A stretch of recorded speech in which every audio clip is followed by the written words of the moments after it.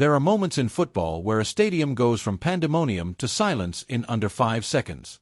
Where 60,000 people who just erupted in celebration suddenly go quiet, heads turning toward a screen in the corner of the ground, waiting for a decision that nobody asked for and that the referee on the field never intended to make. One of those moments happened on the 7th of July at Mercedes-Benz Stadium in Atlanta, in the 65th minute of Argentina versus Egypt, and it set off a debate about VAR that is still burning hours later with no sign of cooling down. Egypt had just scored what appeared to be one of the goals of the entire tournament. A breakaway of breathtaking speed and precision. Hazem Hassan collecting the ball near his own penalty area, driving forward, finding Mohamed Salah in transition, and Salah sliding a pass through to Mostafa Zico with the kind of weight and timing that only the best playmakers in the world can consistently deliver. Zico, the 29-year-old who chose that nickname in honor of the Brazilian legend his father admired, beat Emiliano Martinez to the ball and finished 2-0 to Egypt. The defending world champions, led by Lionel Messi, on the brink of elimination in the round of 16. And then the VAR screen lit up. What followed produced a reaction from broadcasters, analysts, former players, and fans that this tournament has rarely generated from a single decision. Fox Sports analyst Robbie Green, a former international goalkeeper who has seen the game from every angle across a long career, said simply on air, "Surely this is not within VAR's realm to review this. It's a full length of the pitch away." That sentence captured exactly what millions of people watching around the world were thinking at exactly the same moment. So let's break down precisely what happened, why VAR intervened, what the rules actually say, and why this decision has opened a conversation about the technology that goes far beyond this one match. Here's the sequence. Argentina were in possession, building an attack near Egypt's defensive third. Egyptian midfielder Marwan Attia was engaged in a physical contest with Lisandro Martinez, Argentina's centre-back. What the VAR review subsequently identified was that Attia both held Martinez's shirt and stood on the Argentine's foot at the same time. The referee on the field, Igor Stankov, did not blow his whistle. He saw the contact and made a judgment call that it wasn't sufficient to stop play. Egypt broke away with the ball, covered the length of the pitch, combined through Salah, and Zico finished. The sequence from Attia's contact to Zico's goal covered approximately 100 yards of pitch and several seconds of continuous play. VAR intervened anyway. The recommendation was for an on-field review.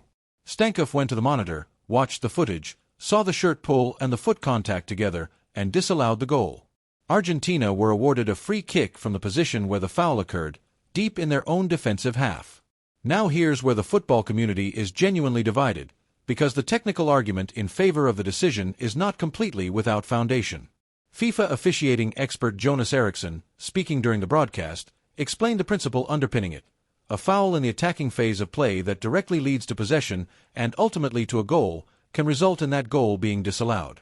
The logic is that if the foul hadn't happened, Argentina would have had a free kick instead of losing possession, and the entire sequence that followed would never have taken place.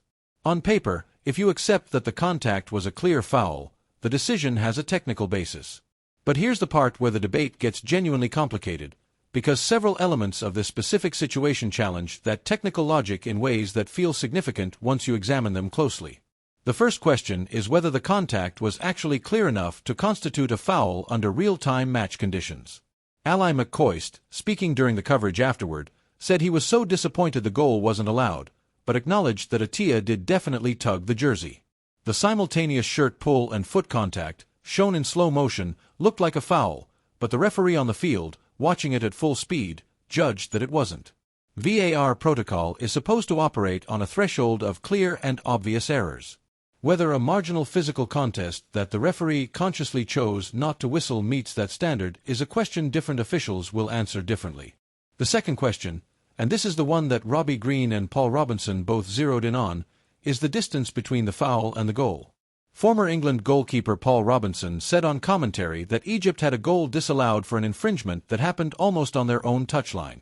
The physical distance between where Attia fouled Martinez and where Zico's shot crossed the line was roughly the entire length of the pitch. Multiple phases of play occurred between those two moments. Egypt regained full control of the ball, built a team move, and created a genuine scoring chance entirely through their own quality and effort.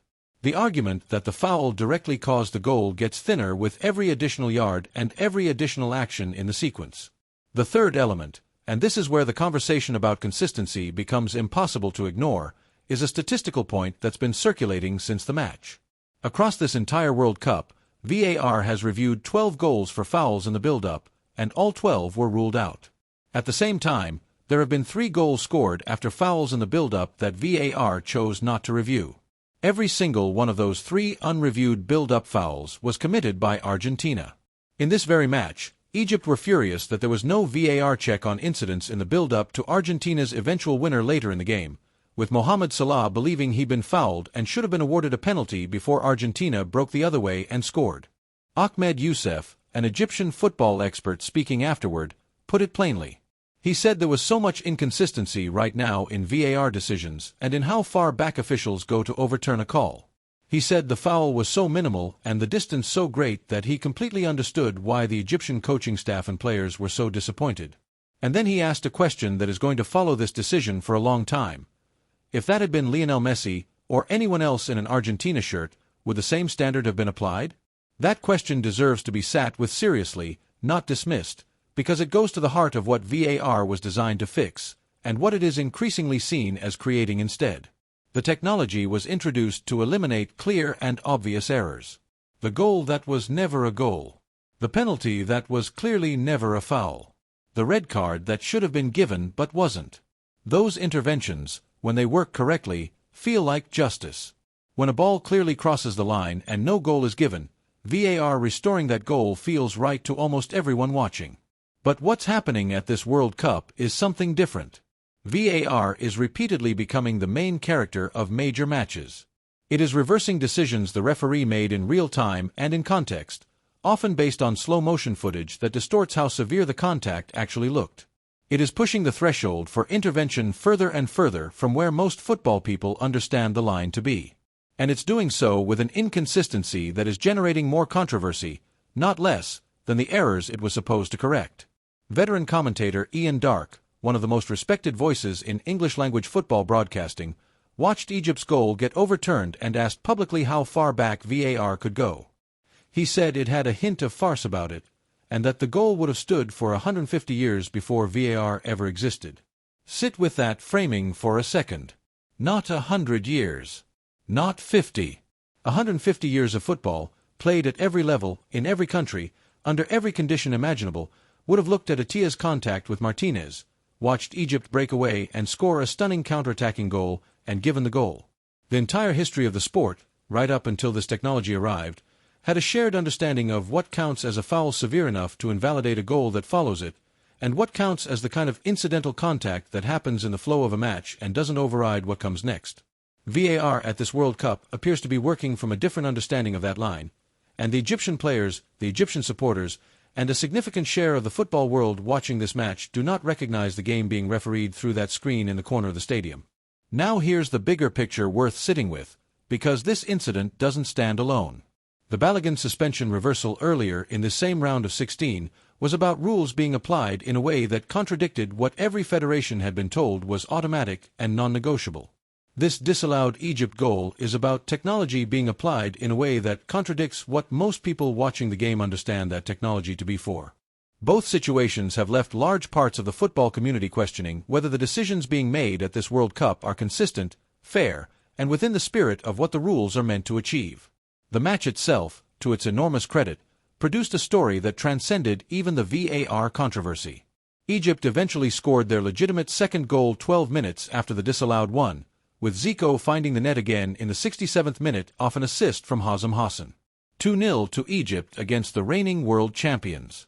Messi had already missed a penalty earlier in the match, a save from Egypt's goalkeeper that momentarily silenced the sections of the stadium backing Argentina. The defending champions were 2 goals down and facing elimination. Argentina staged a comeback, as teams of their quality tend to do, eventually pulling the match level at 2-2 before scoring a winner that sent them through.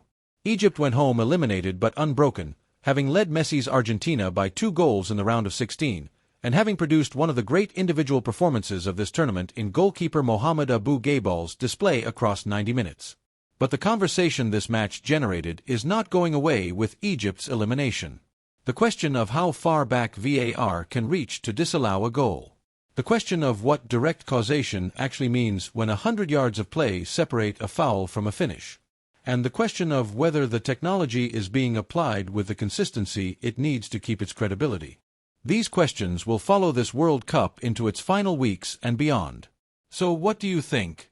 Was VAR right to disallow Egypt's goal for a foul committed on the other side of the pitch, or did the distance, and everything that happened in between, make the intervention unjustifiable? Does the pattern of 3 unreviewed Argentine build-up fouls, in a tournament where 12 other teams have had goals ruled out for the same reason, point to a genuine consistency problem, or is every case simply being judged on its own merits? And at what point does VAR become so expansive in its reach that it stops correcting football and starts replacing it with something that no longer looks like the game most people fell in love with? Let us know what you think in the comments, and stick around for full coverage of the quarterfinals.